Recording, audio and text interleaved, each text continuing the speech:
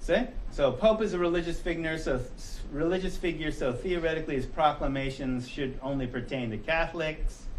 But since we have they're a military power, it affects anybody that is under the influence of military or potential target.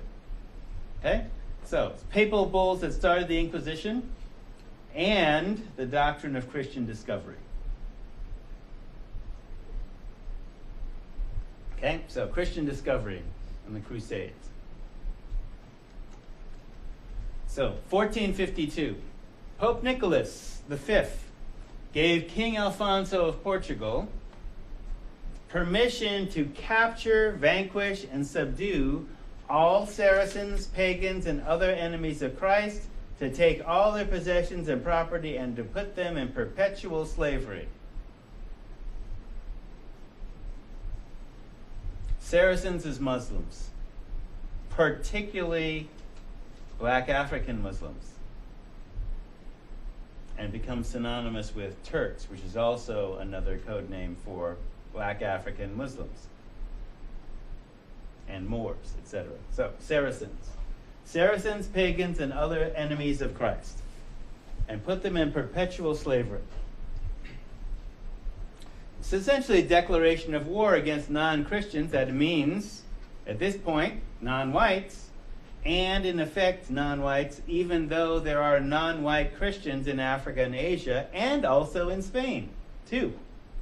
There are people who were legitimately, had always been Catholic, and had been Catholic for generations at the point of the Inquisition, who weren't conversos, but they were assumed to be conversos from the point of view of the church.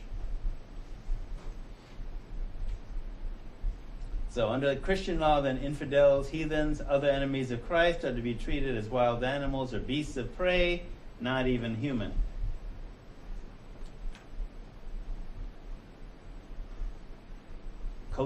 Cristobal Colon's, i.e. Columbus, his voyage across the Sea of Darkness, that's what he called it, was financed in part by the royal treasurers of the crusade.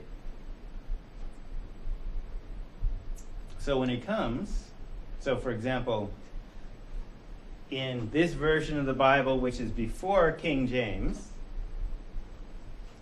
Psalms 2:8, I shall give to thee the heathen for thine inheritance, and the uttermost parts of the earth for thy possession. Okay, so this is the doctrine that's basically underlying scripturally the scriptural basis for Christian discovery and the Crusades. So, Cristobal Colon's favorite passage: he shall have dominion from sea to sea, and from the river unto the ends of the earth. They that dwell in the wilderness shall bow before him, the Lord, and his enemies shall lick the dust. Yeah. Yea, and all kings shall fall down before him, and all heathen nations shall serve him. So after Colon's voyage, Pope Alexander VI in 1493 decrees severally, the Catholic faith and Christian religion be everywhere increased and spread, and that barbarous nations shall be overthrown and brought to the faith itself. By the sword. Okay, so if you look at the body count, this policy has spilt more blood than any Muslim jihad in history. Because it was basically about, remember from the papal bull of 1453, all enemies of Christ shall be put in slavery.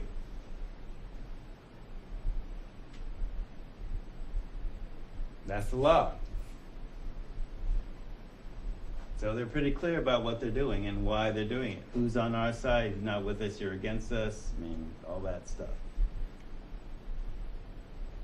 So this is the first codification of Christian equals white European. So 1493 and 1503, the Spanish Pope, the Portuguese popes issued papal bulls establishing essentially the doctrine of discovery. coming out of the Crusades and coming out of the Inquisition, the beginnings of the Inquisition. So any Christian who then discovered lands that were not Christian, that is inhabited by in Dios, which literally in Spanish means in God, those who were as God made them, or other savages, could claim those lands for all of Christendom, based on those scriptural passages that I showed you. And then further, even if those people converted to Christianity later, they still lost the land. Right? Because of the same principles set up in the Inquisition. Oh, we don't believe that you've actually converted because you were heathen, and you converted because you're getting advantages, and this is actually heresy.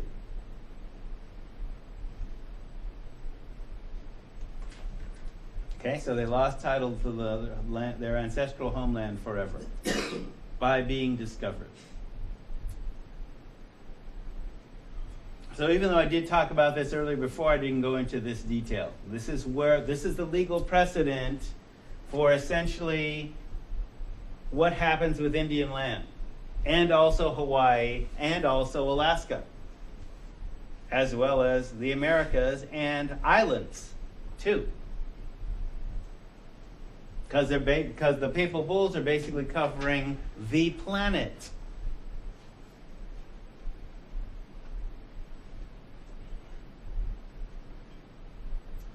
So, stare decisis is a legal term in Latin that means that you'll be guided by the decision of a previous legal authority. The papal bulls regarding discovery were used in the European colonization of Africa, the Americas, and Asia.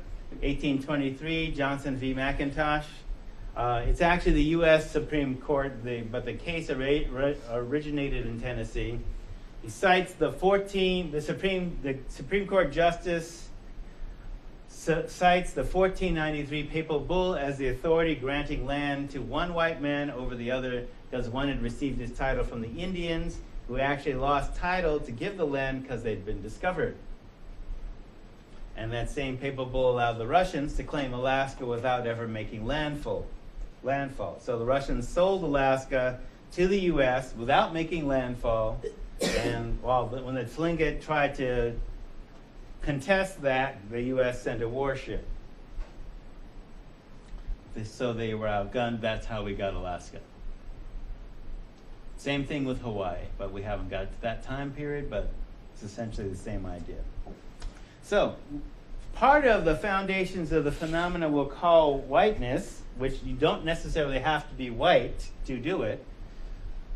You start with a mandate from God, and it helps if you help God write or edit the mandate. So, for example, a King James Version of the Bible, James gathers 12 white scholars who leave out about 200 books, especially those with African reference. So it's not just, do you know what a referent is? Any psychology students here? Okay. A referent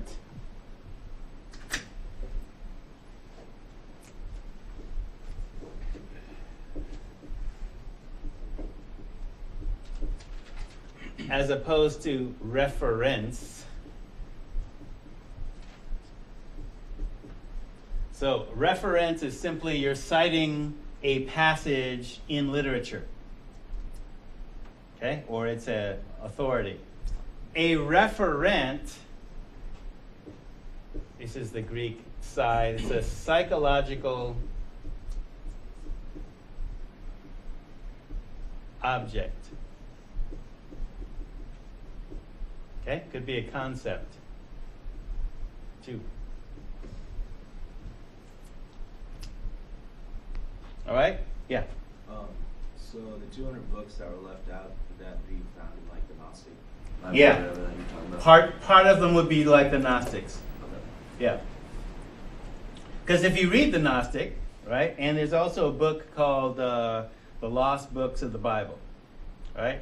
So in the Lost Books of the Bible, there's sections in Genesis that talk about Adam and Eve's 5 kids.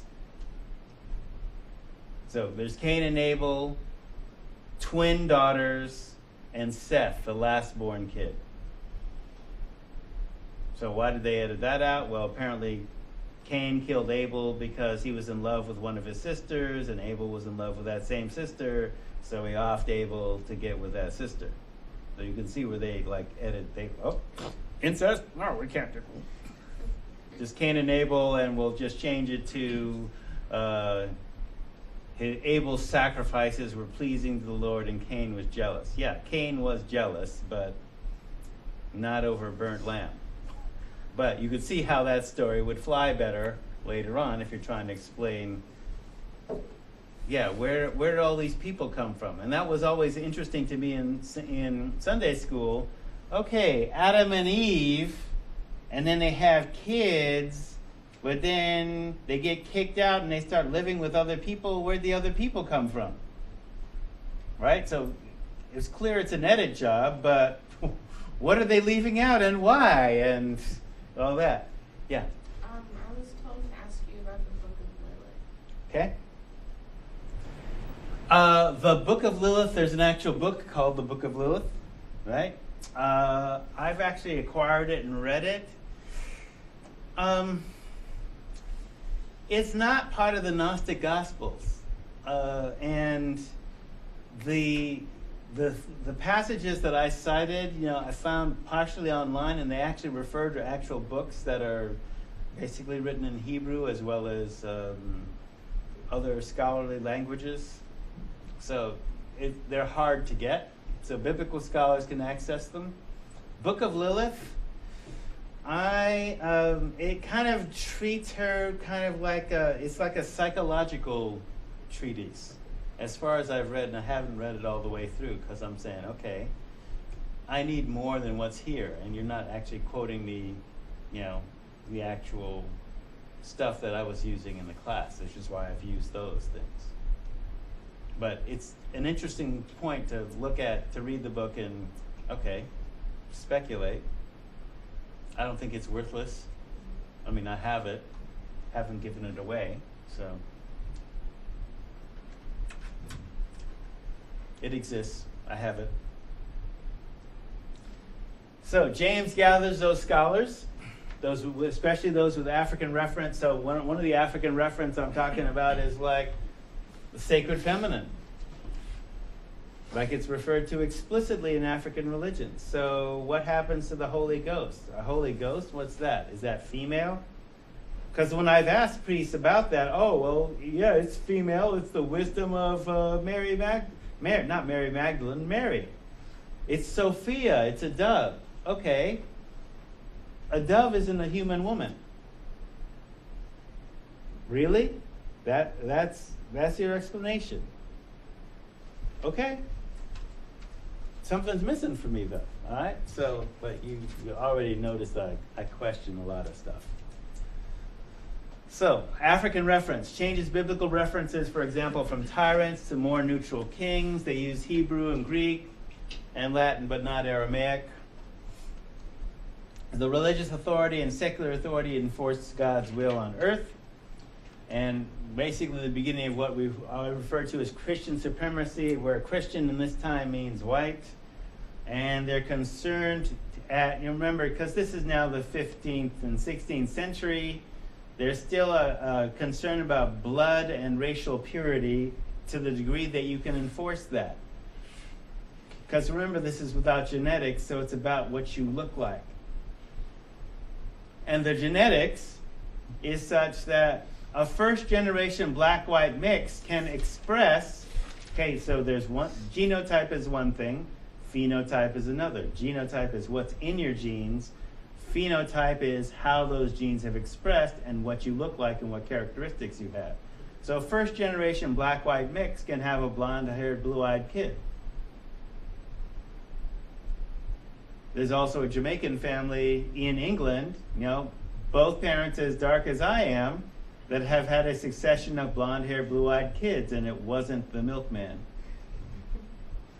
Right? So whatever is in the genome can express at any time. Just because we say that something is dominant or recessive doesn't mean that it won't express. It just means that the chances of it expressing tend to be less by observed frequency.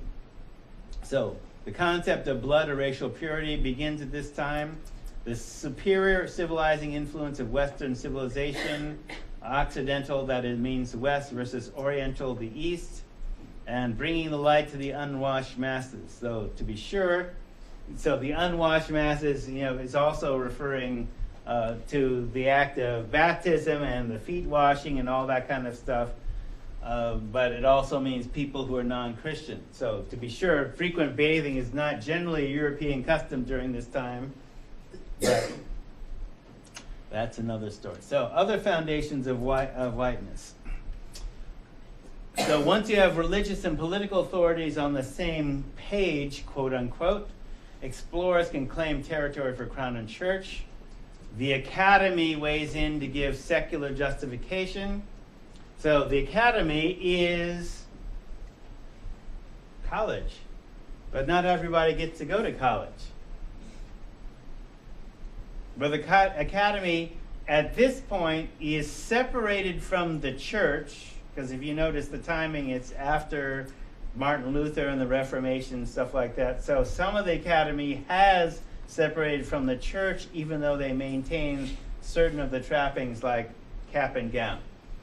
So Johann Friedrich Blumenbach at Göttingen University in Germany writes in 1770 of racial classification: Caucasian, Caucasoid, Mongoloid, Negroid. We've already done the piece about that. All right. Okay.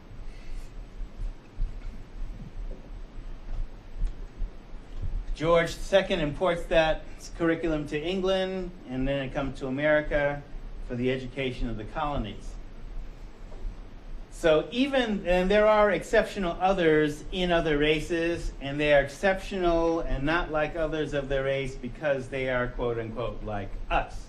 And there is a section in which I will get into that. Let me finish this. Okay, but because they are like us, it proves our supremacy.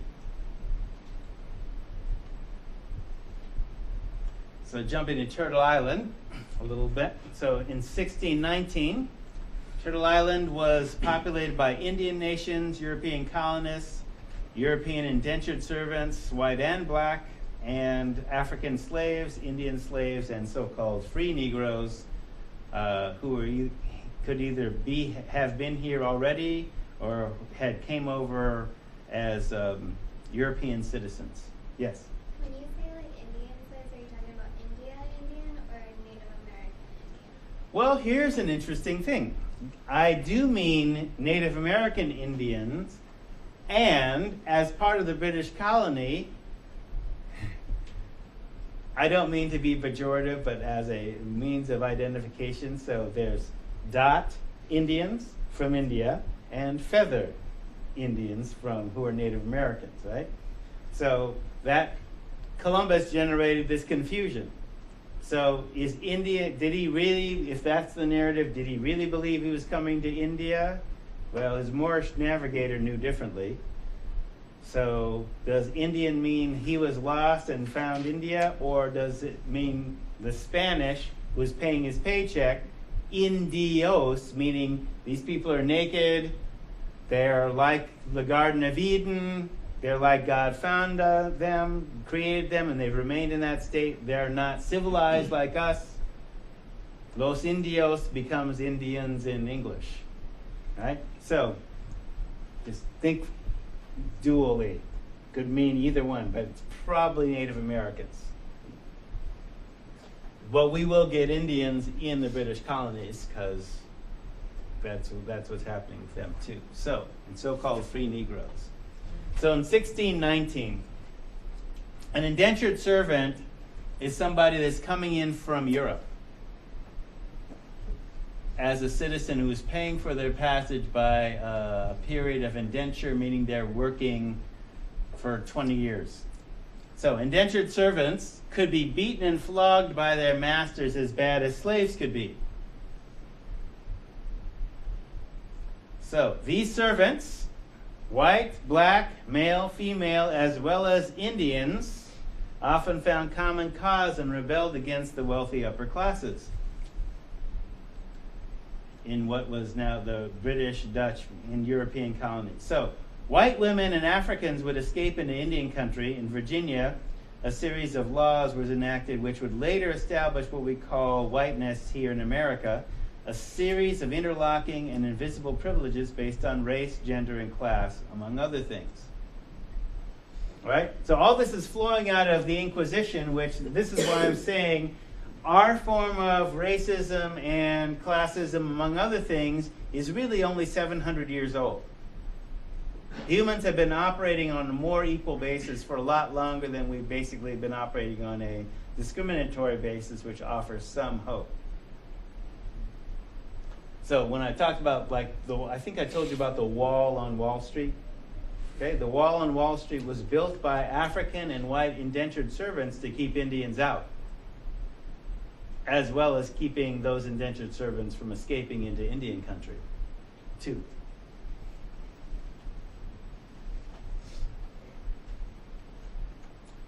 So in 1640, 3 indentured servants in New Amsterdam, that read New York, 1 black, 2 white, ran away from their master.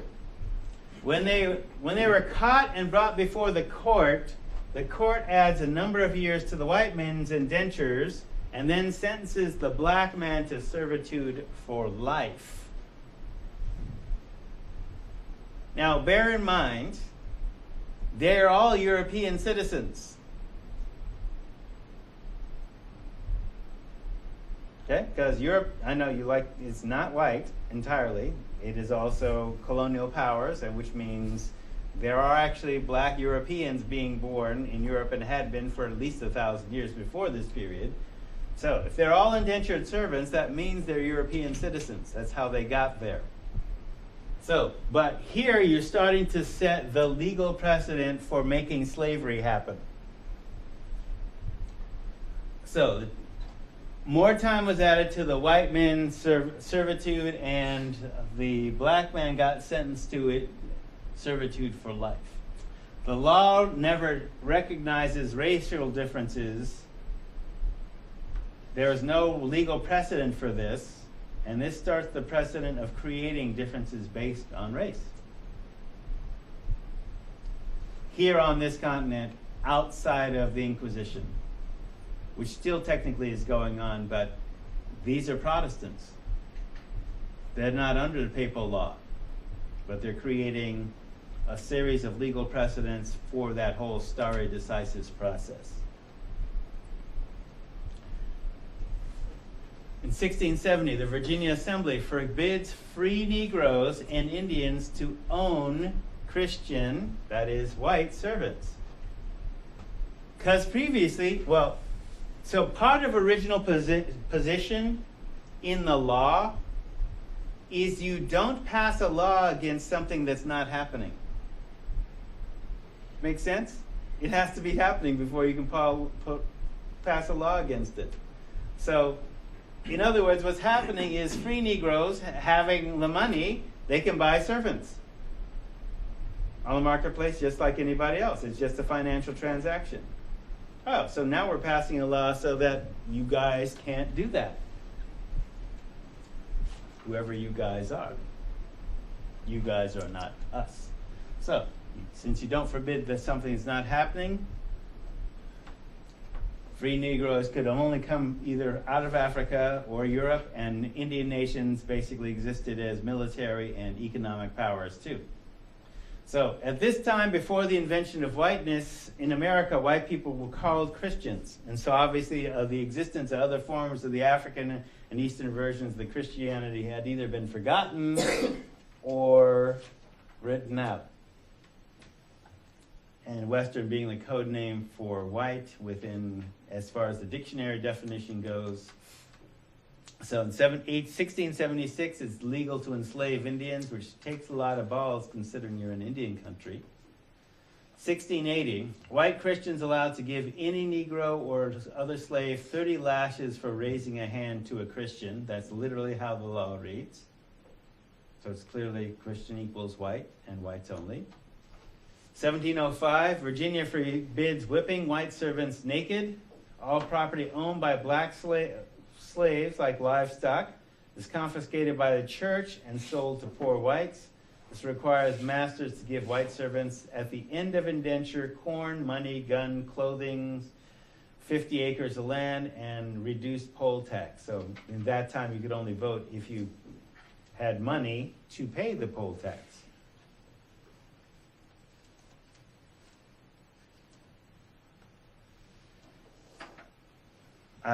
The infamous, at least within Black American circles, of the Willie Lynch letter. So Willie, so whether this is apocryphal or not, well, that is a black urban legend that we made up out of our paranoia, or an actual historical event, the meme works. So I'm assuming it's real, but it doesn't really matter whether it's real, because a meme, in order to work, doesn't have to be true. It just has to be effective and believable. But I personally believe it's true, just because of the effects. So who Willie Lynch was a slave owner from the British West Indies. And he had been called to give some technical assistance to the Virginia plantation owners about slave rebellions. And it's a nice thing about the human spirit. The natural condition of human beings is freedom. And we will rebel if there is an insult or an oppression to our freedom. We will rebel. If you remember the group Arrested Development, just a shell until you learn how to rebel. So he was brought to the Virginia plantation to give technical assistance on how to deal with slaves. Gentlemen, I greet you here on the bank of the James River in the year of our Lord 1712. First I shall thank you, gentlemen, the gentlemen of the colony of Virginia, for bringing me here. I am here to help you solve some of your problems with slaves.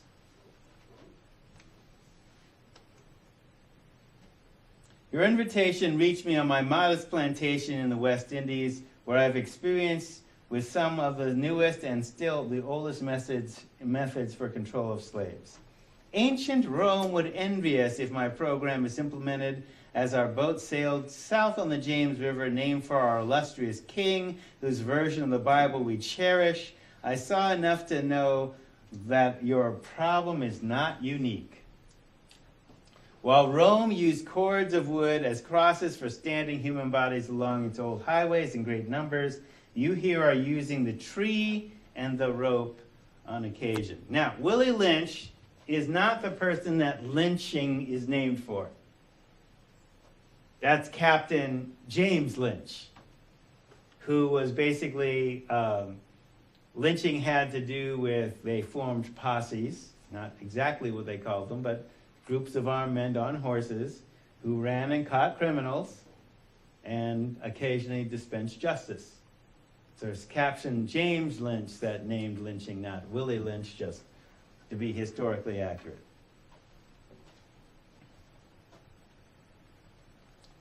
I caught the whiff of a dead slave hanging from a tree a couple of miles back. Yeah, you would. Have you ever smelt a dead body? It's intense, huh? Yeah. You are not only losing valuable stock by hangings, you are having uprisings, slaves are running away, your crops are sometimes left in the field too long for maximum profit, you suffer occasional fires, your animals are killed. Gentlemen, you know what your problems are. I do not need to elaborate.